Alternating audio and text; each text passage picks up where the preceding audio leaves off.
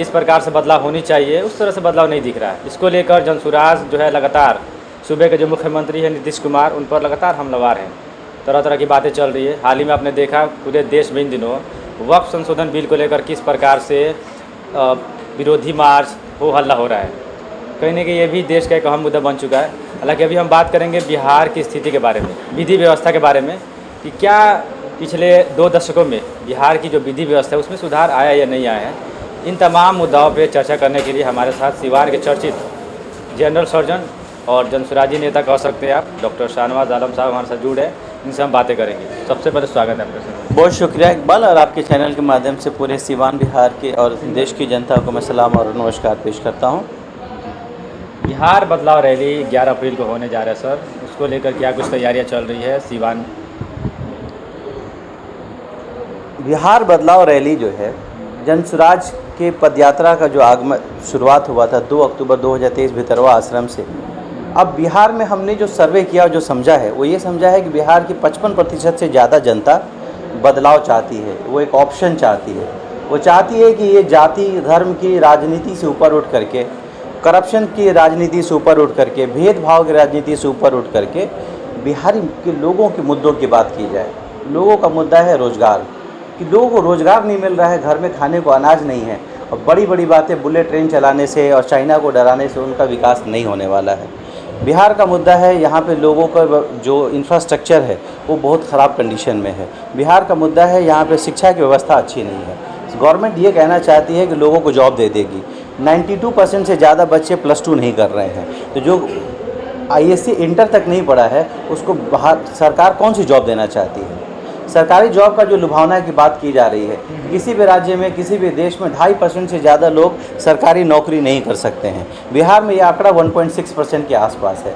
तो सवाल ये उठता है कि 98% लोग क्या जॉब करेंगे। 98% लोगों को समाज में सम्मान से जीने का क्या अधिकार होगा। तो जनसुराज एक बदलाव की हुंकार के लिए एक रैली पटना के ऐतिहासिक मैदान में 11 अप्रैल को कर रही है। और मैं पूरी बिहार की जनता से, प्रबुद्ध जनता से ये निवेदन करता हूँ कि आपके सामने अब ऑप्शन उपलब्ध है।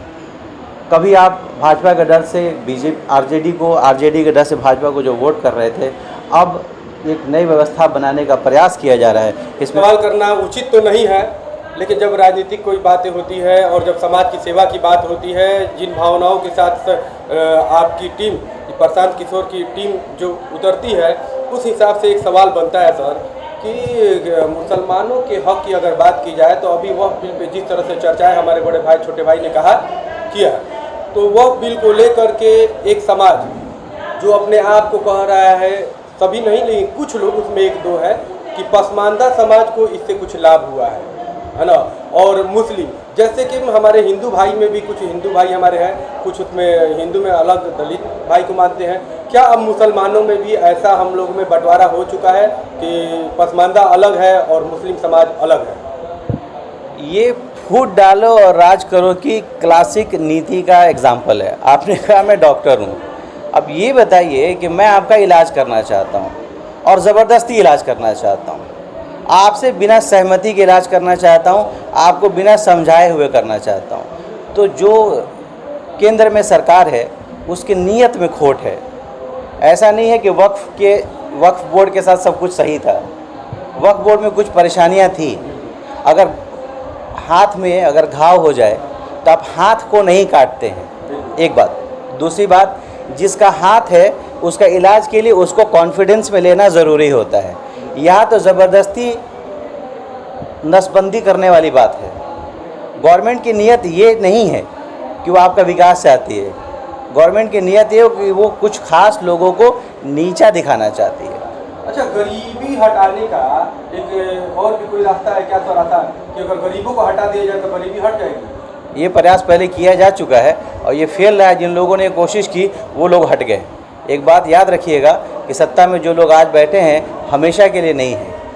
हमेशा से बढ़ चढ़ के जिस तरह से जनसुराज के सभी कार्यकर्ताओं ने हमेशा से हर पक्ष का जो भी दलित शोषित मजलूम है उनके वक्त पे कार्य किया और उनके सहयोग में खड़े हुए कदम से कदम मिलाकर चले। चाहे किसी तरह का छात्र के ऊपर लाठीचार्ज हो, उसको लेकर के जेपी चौक पे धरना भी हुई थी।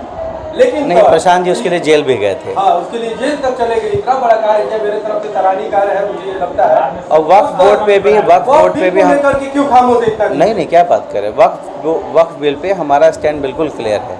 हमारा कहना ये है कि ये जो नीयत है सरकार की, जो गलत नीयत से इस चीज़ को लाया गया है, जन स्वराज पार्टी का ऑफिशियल स्टैंड ये है कि ये बात अल्पसंख्यक या बहुसंख्यक की नहीं है, ये बात मुसलमानों या ईसाइयों की नहीं है। बात यह है कि अगर कोई भी कानून, कोई भी बिल लाया जा रहा है तो जिन लोगों पे उसको लागू किया जा रहा है उनको सहभागी बनाया जाए, उनसे उनकी राय ली जाए, उनके कंसेंट के साथ इस काम को किया जाए। सर, एक तरफ इंडिया गठबंधन, दूसरी तरफ एनडीए गठबंधन, बिहार की अगर हम बात करेंगे, तीसरा ऑप्शन निकल कर सामने आ रहा है जनसुराज। सामने विधानसभा का चुनाव है 2025 का, किस तरह का समीकरण बनेगा? जनसुराज किस तरह की लड़ाई लड़ेगा? क्योंकि पहली बार आप लोग विधानसभा चुनाव लड़ने जा रहे हैं जब से पार्टी बनी है। इसमें देखिए, हमारे सामने जो जनसुराज एक विकल्प के तौर पे उभरा है, और जो बाकी के दो पार्टियां हैं, एक धर्म की राजनीति करने वाली है पार्टी है और एक जाति की राजनीति करने वाली पार्टी है। जनसुराज एक मजबूत विकल्प के रूप में इसलिए उभरा है और इसलिए कामयाबी की नज़ीर कायम करने वाला है कि हम लोग मुद्दे की राजनीति करने वाले हैं। चाहे कोई अल्पसंख्यक हो या बहुसंख्यक हो, चाहे कोई सवर्ण हो या दलित हो, चाहे कोई गरीब हो या अमीर हो, लोगों की इंसान